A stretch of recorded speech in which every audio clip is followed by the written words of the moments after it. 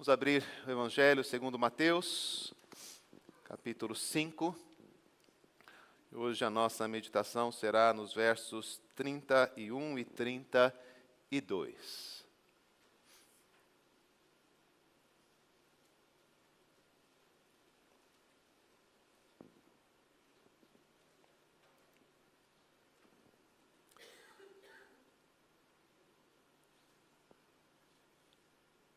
Mateus, capítulo 5, versos 31 e 32.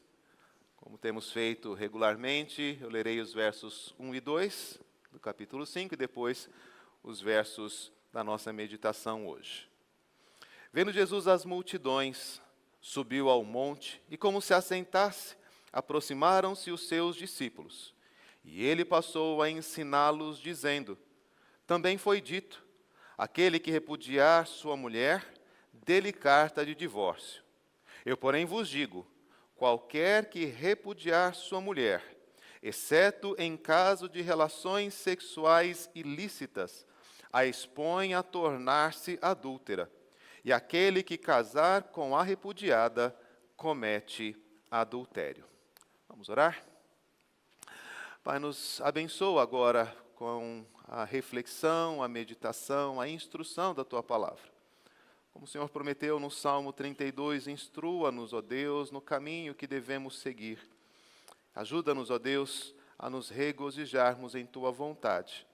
E então, ó Pai, por meio da Tua Palavra, nos santifica e nos aperfeiçoe, para que um dia possamos ser a plenitude da imagem e semelhança do Teu Filho Jesus, como é o Teu plano e o Teu propósito para nós. Em nome de Jesus nós oramos. Amém. Irmãos, estamos diante de um dos textos para mim mais difíceis. Temos tido desafios bastante grandiosos ao ler o Sermão do Monte e ao refletir sobre a maneira como Jesus descreve o cidadão do reino. E as coisas que mostram que o propósito de Deus em Cristo se revela de maneira muito mais grandiosa, intensa, plena, santa, reta, do que nós podemos fazer ou apresentar de nós mesmos. Reparar nas multidões e ver a transformação que de Cristo faz na vida daqueles que estão o buscando. Ouvir que nós somos o sal, a luz do mundo. Saber que o Senhor não veio revogar a lei, mas veio cumprir. E que devemos, então, apresentar uma justiça muito mais elevada do que a dos escribas e fariseus, tem nos colocado diante de uma necessidade de buscar de fato o Senhor Jesus Cristo e nos aproximar dele com intensidade de coração, suplicando que ele tenha misericórdia de nós e se aproxime de nós. Ele passa então a ilustrar esta nossa necessidade e passa a mostrar o quanto de fato nós precisamos que o reino chegue e que a sua redenção venha até nós. O Senhor Jesus nos lembrou a respeito do 6º mandamento: não matarás. E lembrou-nos que esta lei de Deus, que a vontade de Deus se manifesta quando nós temos uma disposição sempre amorosa, bondosa para com o nosso próximo, de maneira que nós não podemos sequer pensar mal dele ou considerá-lo desprezível ao nosso coração. Nos chamou a atenção que isso significa que se quisermos de fato agradar a Deus em culto, devemos então nos empenhar com toda a urgência de estarmos em paz com os nossos irmãos, de nos aproximarmos deles pedindo perdão ou perdoando, restaurando relacionamentos, atitudes, atividades que estão em desconformidade com a santidade, a pureza, a graça que há no Senhor Jesus, o perdão que há no Senhor Jesus. Ele também nos lembrou sobre o 7º mandamento. Disse-nos que o adultério não se estabelece apenas quando temos relações sexuais fora do casamento, Mas todas as vezes que a nossa mente e o nosso coração deseja aquilo que não nos pertence, seja a mulher do próximo, seja a propriedade do próximo, seja a fama ou qualquer outra coisa que pertença ao próximo, nós, no coração, já adulteramos e pecamos. E mesmo que arrancássemos os nossos olhos e as nossas mãos, ainda estaríamos em dívida. E o nosso corpo seria lançado no inferno, se Deus não tivesse misericórdia de nós. Tudo isso é bastante desafiador e pesado.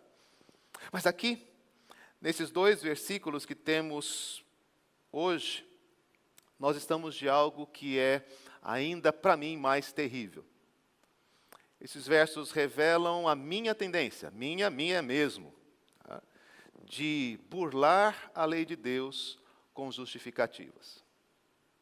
De tentar olhar para a situação e dizer, Deus não vai levar isso tão a sério.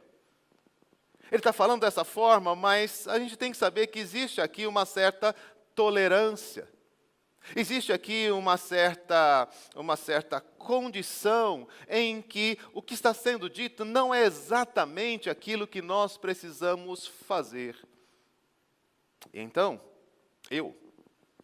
muitas vezes, diante de pecados e de várias naturezas, tenho a tendência de dizer, tudo bem, por hoje passa. Tudo bem, eu acho que tem uma razão que justifica a gente tomar essa ou aquela atitude. E então, porque é mais conveniente, porque é mais agradável, ou simplesmente porque eu reconheço que eu não consigo cumprir o que a Bíblia diz, eu digo, isso não é tão importante. Há uma tolerância para essa situação. Isso não é pecado. Sabe aquela pergunta que você faz, pastor, é pecado se eu fizer isto?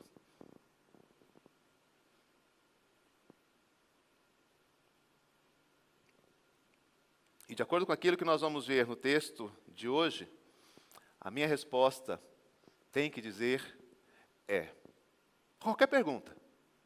Pastor, é pecado queimar feijão? Se você fizer essa pergunta, eu tenho que responder, Pela simples razão, Paulo vai dizer lá em Romanos que tudo que não provém de fé é pecado. E quando você não cozinha bem o seu feijão, para dizer uma coisa bastante simples, você não está fazendo o melhor e a vontade de Deus. Pastor, mas isso é absurdo. Então, é aqui que o nosso coração pecaminoso se revela. Ninguém vai para o inferno por queimar feijão. É verdade.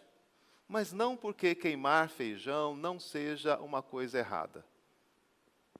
Há uma outra razão porque aqueles que queimam o feijão não vão para o inferno. E não é que queimar feijão não é problema. Mas Jesus, bem mais sério do que eu, não vai tratar sobre queimar feijão. E ele então vai nos trazer alguma coisa aos nossos olhos que revelará de forma semelhante como esse raciocínio, parece pueril, está presente em tantas e em mais sérias, é verdade, áreas da nossa vida. Ele disse, não adulterarás. E o que se espera de mim é que eu tenha uma vida de fidelidade completa e plena para com a minha esposa, para com o meu cônjuge. Então Jesus nos explica que isso não significa apenas não ter relações com outra mulher ou não ter relações com outro homem. Então Jesus me explica que esta condição se dará, esta fidelidade que Deus espera de mim se dará quando os meus olhos, quando as minhas mãos, quando o meu coração jamais se voltar para uma outra mulher, jamais se voltar para um outro homem, jamais se voltar para a lascívia, jamais se voltar para a pornografia, jamais se voltar para a prostituição. E eu descobri Porque é assim que Paulo diz, quando a lei disse, não cobiçarás, eu morri. Porque eu já fiz todas estas coisas. E já falhei com a minha esposa em todas estas situações. Não é questão se, como dissemos, o fato é que nós temos que reconhecer que os nossos olhos, que as nossas mãos e que os nossos corações estão cheios de pecado, que deixar de pecar é quase inevitável. Mas isso não justifica o nosso pecado. Então Jesus traz uma segunda questão em relação a isso. Traz um exemplo, talvez, mais fácil de chegarmos à mesma conclusão. E ele diz, vocês ouviram, aquele que repudiar a sua mulher, dê-lhe carta de divórcio. Então ele traz a questão do divórcio. Esse é um tema delicado, é verdade, sempre é. Recentemente, tivemos esta infeliz situação no nosso meio. Regularmente nós temos que tratar dessas questões, como nós refletimos na última vez que tratamos destes temas. De tempos em tempos estamos diante de divórcios, de tempos em tempos estamos diante de conflitos conjugais, de tempos em tempos estamos diante de traições e prostituições, e não estamos falando do mundo lá fora, estamos falando de nós. Estamos falando da nossa condição aqui dentro da igreja. Então, Jesus traz um tema. Lá, vamos ver depois em Mateus 19, esse tema é levado a ele, é questionado a ele, mas é ele agora que traz o tema de forma direta e diz, vocês ouviram que quando você não quiser mais a sua mulher, vocês devem fazer o divórcio. Mas eu digo para vocês, que se você repudiar a sua mulher, exceto no caso de relações sexuais ilícitas, exceto no caso de adultério, você a expõe a tornar-se adúltera. E aquele que se casar com ela, cometerá adultério. E aqui está a nossa dificuldade. Conversando com os nossos irmãos diáconos sobre isso, eles me apertaram nesse texto e eu disse para eles, orem por mim. Esse texto vai chegar. Porque eu só tenho que dizer isso, irmãos. E a minha tendência, o meu desejo é dizer algo diferente do que a Bíblia está dizendo. E eu não posso fazer isso. Eu não posso dar a vocês nenhum outro caminho para o seu casamento que não seja aquele que Deus estabeleceu. Por mais que eu possa reconhecer, por mais que eu possa me solidarizar, por mais que eu possa entender, eu nunca poderei dizer, não é pecado. Nunca poderei dizer, está certo. Mas é isso que estava acontecendo, foi isso que foi dito às pessoas. Existe uma forma de você encerrar o seu casamento, de você encerrar a sua relação conjugal.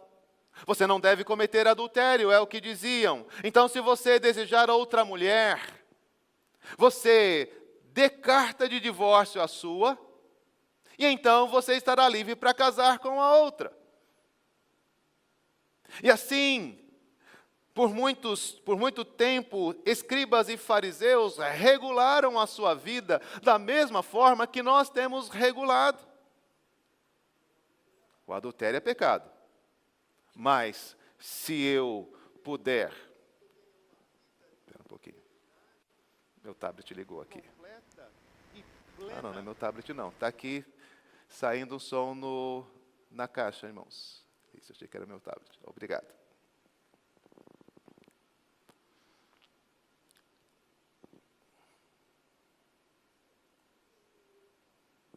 Escribas e fariseus, assim como nós fazemos, tentavam regular essas dificuldades, dizendo, traição não, adultério não.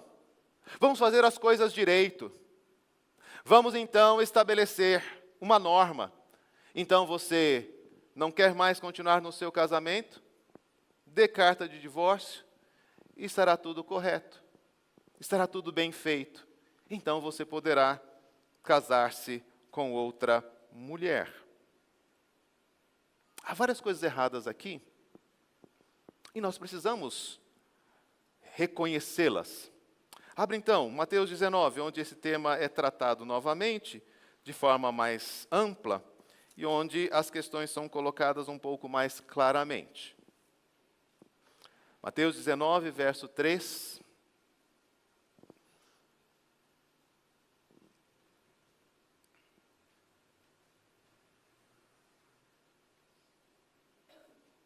Vieram a ele alguns fariseus e o experimentavam, perguntando: é lícito ao marido repudiar a sua mulher por qualquer motivo?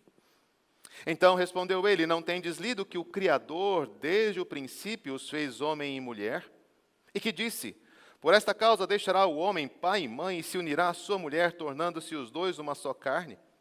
De modo que já não são mais dois, porém uma só carne. Portanto, o que Deus ajuntou, não o separe o homem. Replicaram-lhe: por que mandou então Moisés dar carta de divórcio e repudiar? Respondeu-lhe Jesus: por causa da dureza do vosso coração, é que Moisés vos permitiu repudiar vossa mulher. Entretanto, não foi assim desde o princípio. Eu, porém, vos digo: quem repudiar sua mulher, não sendo por causa de relações sexuais ilícitas, e casar com outra, comete adultério. E o que casar com a repudiada, comete adultério. Tá? Depois eu quero ler o verso 10 também, mas eu quero parar aqui. Veja, Jesus não está, o texto de Mateus nos deixa bastante conscientes disso. Não há mudança no posicionamento de Jesus. Quem se casar, quem separar-se da sua mulher e casar-se com outra, comete adultério. E quem se casar com a mulher que foi repudiada, que foi divorciada, também comete adultério. E a razão de Jesus está estabelecida aqui. Quando Deus criou, Deus uniu homem e mulher de tal forma que eles não devem separar-se. E não há outro caminho. Na lei de Moisés, é verdade, quando havia adultério, havia também uma injunção que estabelecia que deveria se apedrejar até a morte a parte adúltera. E dessa forma, a parte inocente poderia, então, casar-se novamente.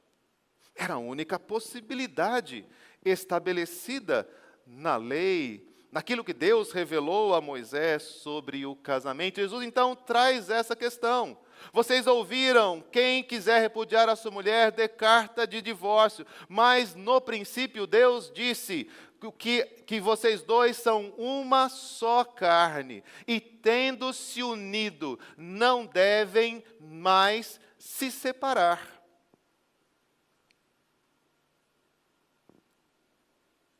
Então perguntam: mas Moisés mandou dar carta de divórcio. Por que ele fez isso? Vamos ver.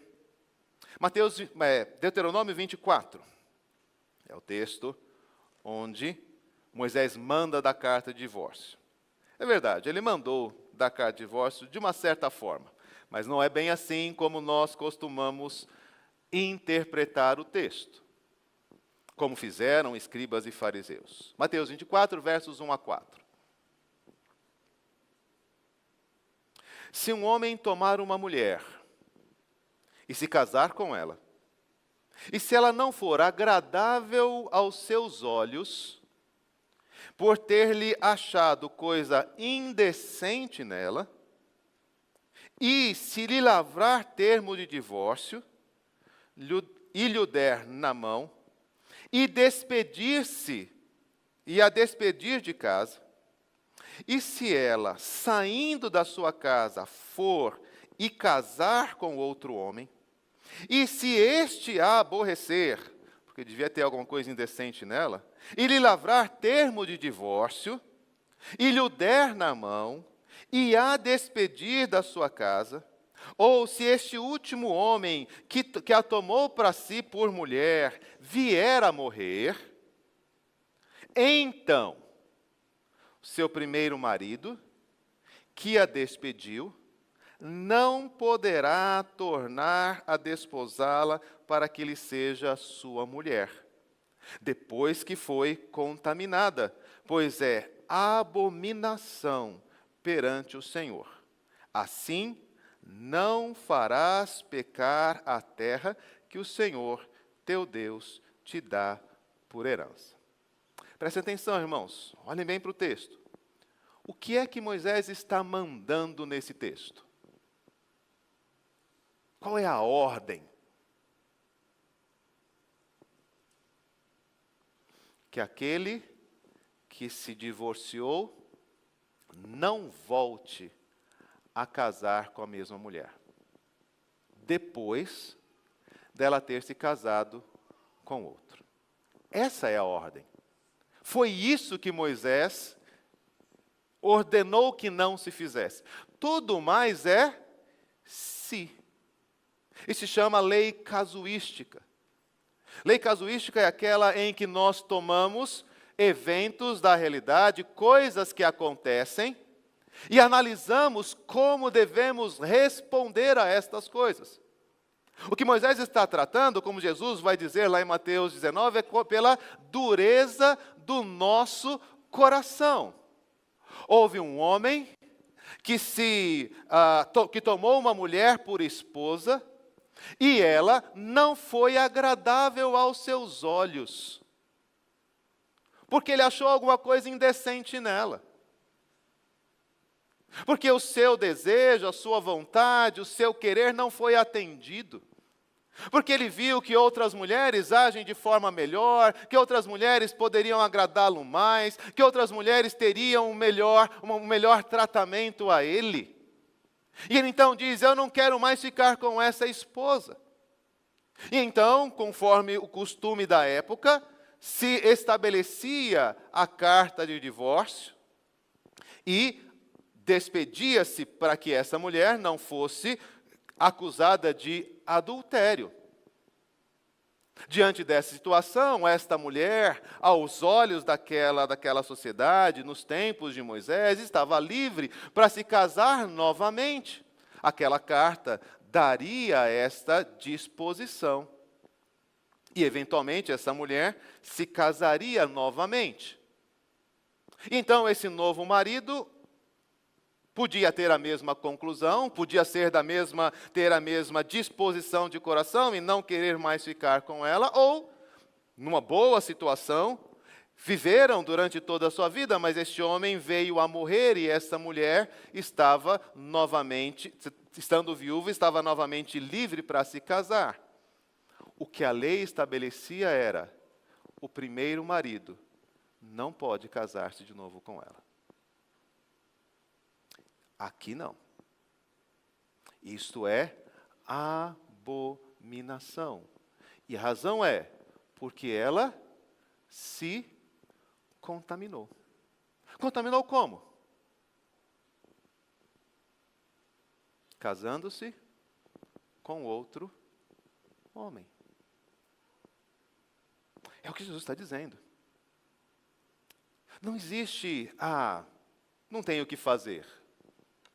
Existe um princípio. Deus estabeleceu que homem e mulher estivessem juntos por toda a sua vida, até a morte. Qualquer outra coisa que venha a acontecer, não importa que razão seja,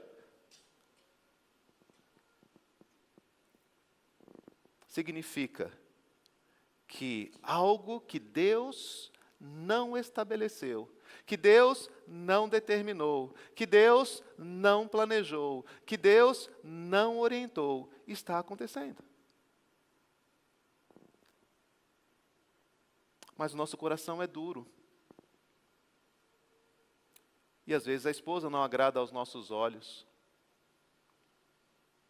Às vezes, o coração da nossa esposa é duro e há coisas indecentes nela.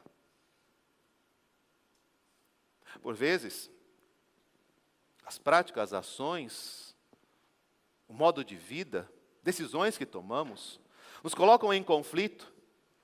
E como nós não obedecemos Jesus ao dizer, vai, senta-te com seu adversário, trata, resolve, acerta enquanto está no caminho, não deixa chegar até o juiz. Então, porque se você chegar diante do juiz, não vai ter como escapar, vocês vão pagar até o último centavo. Ele vai perguntar, onde está a tua esposa? Ele vai perguntar, onde está o seu marido? E você não vai poder apresentar uma carta de divórcio e dizer, eu não sou mais responsável por ela, eu não sou mais responsável por ele. Você, como Caim, não pode dizer, não sou tutor do meu irmão.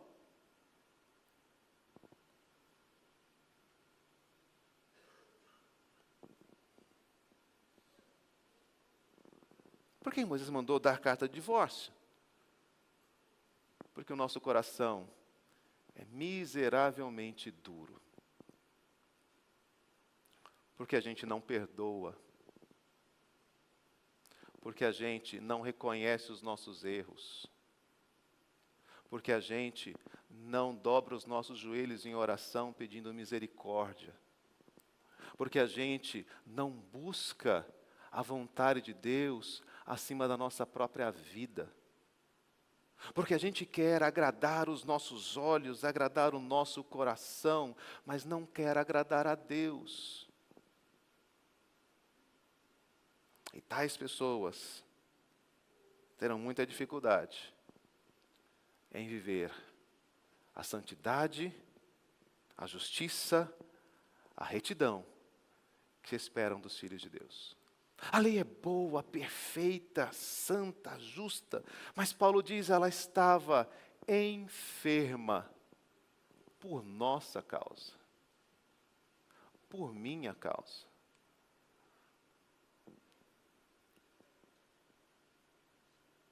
O terceiro texto que trata de divórcio é 1 Coríntios 7. Vamos lá, eu não posso deixar de ler esses textos. A partir do verso 10.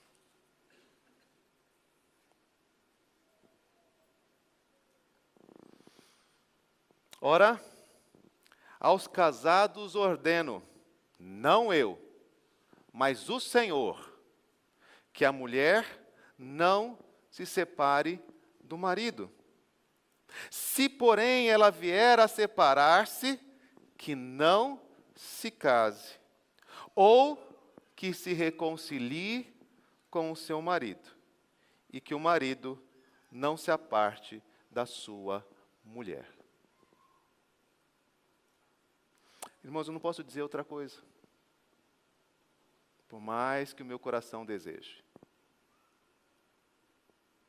Por mais que eu ache que isso possa desagradar, possa estranhar, alguém possa achar muito duro, não existe outro caminho. Não se separe. Ou se separar, volte-se e case-se somente se for com o seu primeiro marido. Qualquer outra coisa é adultério. Qualquer outra coisa é adultério. Jovem, relações sexuais fora do casamento, namoro, esquentou, falhou, passou. Não é a gravidez que obriga você a um casamento. Quando você tem relação sexual com alguém, você se torna uma só carne com essa pessoa. E a orientação do Senhor é então, case-se. Ah, mas eu sou jovem demais. Eu sei. Foi por isso que o Senhor disse, espere o casamento. Ah, mas foi um momento de descontrole. É a dureza do nosso coração. Agora, o Senhor lhe dá o caminho. Una-se a sua mulher até o final da sua vida. Ah, mas eu não amo. Parece mesmo que tudo aquilo que a gente queria era atender a nossa vontade sexual, o nosso desejo carnal. É pecado, pastor? Como é que eu posso dizer que não? É só de pecado que nós estamos tratando. Marido, esposa, não se separe, é simples assim. Ah, mas não dá para viver junto. É verdade, a dureza do nosso coração nos leva a essa situação. Não se case. Porque se você separar de Jesus, você se expõe a tornar-se adúltero, você expõe a sua esposa, o seu marido a tornar-se adúltero, e o pior de todas as coisas, o mais assustador, um terceiro, que nada tem a ver com isso, que não estava no meio da história, que está ali de boa fé, amando de todo o coração, está fazendo o quê? A nossa esperança não está em não se casar. A nossa esperança não está em divorciar-se e decidir então que não vai se casar novamente. A nossa esperança está em buscar aquilo que Deus estabeleceu no princípio. Deixe o homem, o seu pai e a sua mãe, se una à sua mulher e sejam os dois uma só carne. O que passar disso é corrupção, pecado, é queda daquilo que o Senhor precisa nos livrar. Mas como eu disse no começo, eu não quero que a gente esteja pensando nisso apenas no que diz respeito ao nosso casamento. Mas eu quero lhe perguntar, em quantas outras áreas da nossa vida nós estamos nos escudando, nós estamos nos justificando na nossa limitação, no nosso pecado, na nossa incapacidade para estabelecer que alguma coisa não é pecado ou não é incorreta. Eu tenho razões para ficar bravo, eu tenho motivos, eu fiz o meu melhor, ninguém valoriza.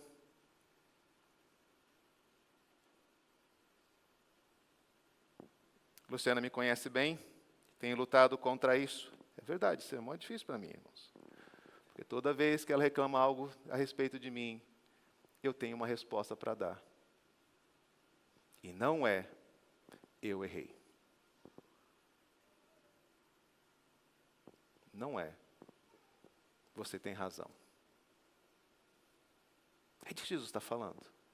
Sim, ele está falando de casamento, de divórcio, algo fácil para a gente entender qual é o ponto de Jesus. Vocês estão ouvindo que há um jeito de fazer as coisas diferente daquilo que Deus estabeleceu. E eu vim dizer para vocês, não há. Existe apenas um único caminho para se apresentar diante do Senhor. Vem e me segue. Todas as vezes que você tentar se apresentar diante do Senhor com outro tipo de argumento, você estará errado.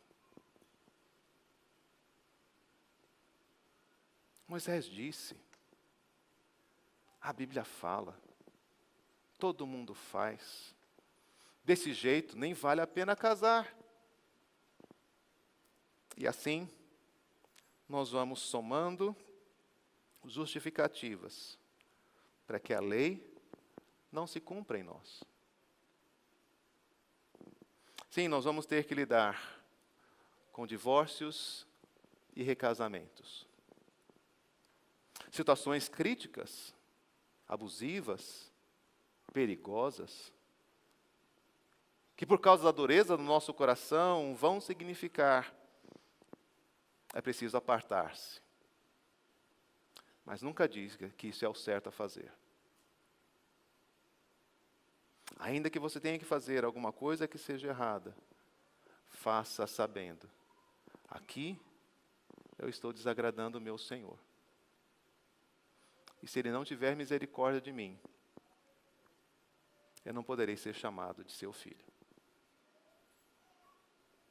Reconheço a minha fraqueza, o meu fracasso. E espero, única e exclusivamente, na graça de Deus que há em Jesus Cristo. Se não fosse por ela, eu jamais poderia ser aceito diante de Deus. Não importa só a parte inocente ou a parte culpada. Há uma misericórdia, há um ato de perdão aqui, muito interessante, que nos dá esperança diante da realidade do nosso pecado. Aquele que cometia relações sexuais ilícitas, conforme a lei, deveria ser morto. Deveria ser apedrejado.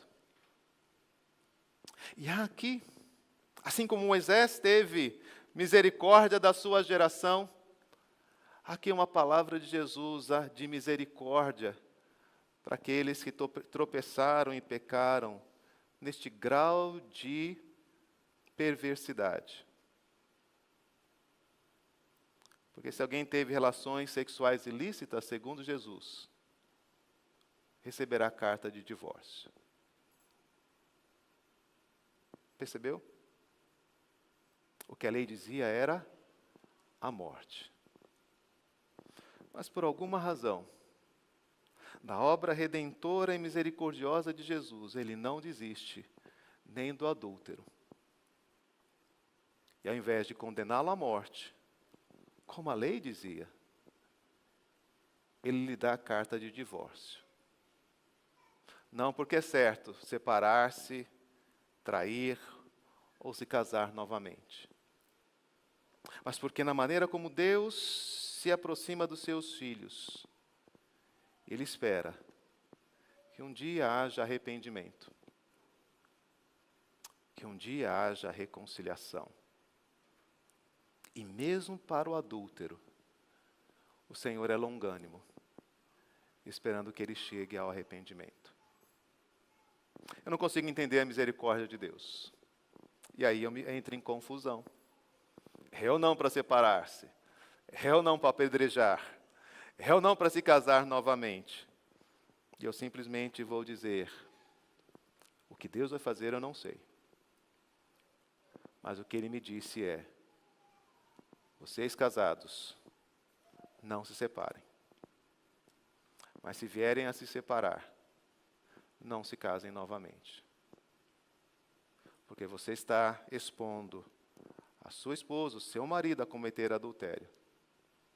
E aquele terceiro, que nada tem a ver, se casar também, cometerá adultério. Porque a vontade do Senhor não muda conforme as nossas circunstâncias. Ela não se adapta às nossas habilidades ou às nossas fraquezas.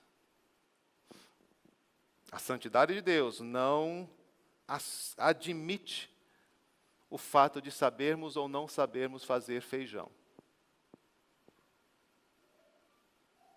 O que é certo, o que é errado. Você tem lido toda semana o texto e você sabe, o próximo texto vai dizer, o seu sim tem que ser sim, o seu não tem que ser não. O que passar disso, por mais justificativas, por mais compreensão, por mais razões que você possa trazer, tem uma origem, o maligno. Isso não quer dizer que não haja salvação para você, mas isso sempre quer dizer que você precisa de salvação. Eu queria que a gente abrisse o hino 72, nós não sabemos cantá-lo, mas eu queria que nós lêssemos, todos juntos, o hino 72, encerrando o nosso culto. Vamos ficar em pé, fazer deste hino a nossa oração final.